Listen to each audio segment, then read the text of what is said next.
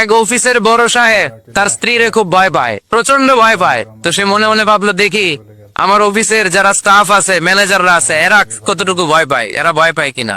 তো একদিন সকালবেলা অফিসের সব স্টাফ গুলোর একসাথে দাঁড় করায় বলতেছে, এই আপনারা যারা যারা আপনাদের স্ত্রীদেরকে ভয় পান করে ডান দিকে যান, আর যারা স্ত্রীকে ভয় পান না এরা বাম দিকে যা। অফিসের সব কর্মচারী ডান দিকে চলে গেছে, সবাই ভয় পায়, একজন শুধু বাম দিকে। তো বড় সাহেব ভাবছে, আলহামদুলিল্লাহ আমার অফিসে একজন হইলো বীর পুরুষ আছে। তো বীর পুরুষের কাছে যেয়ে বলে, ঘটনা কি, আপনি মোটেও ভয় পান না? কয়, স্যার প্রতিদিন অফিস করার জন্য যখন ঘর থেকে বের হয় আমার বউ আমারে বলে দেয়, খবরদার সবাই যেদিকে যায় তুমি কিন্তু ওইদিকে যাইবা না। বড় সাহেবকে খবরদার, এটা তো আরো নড়ায়।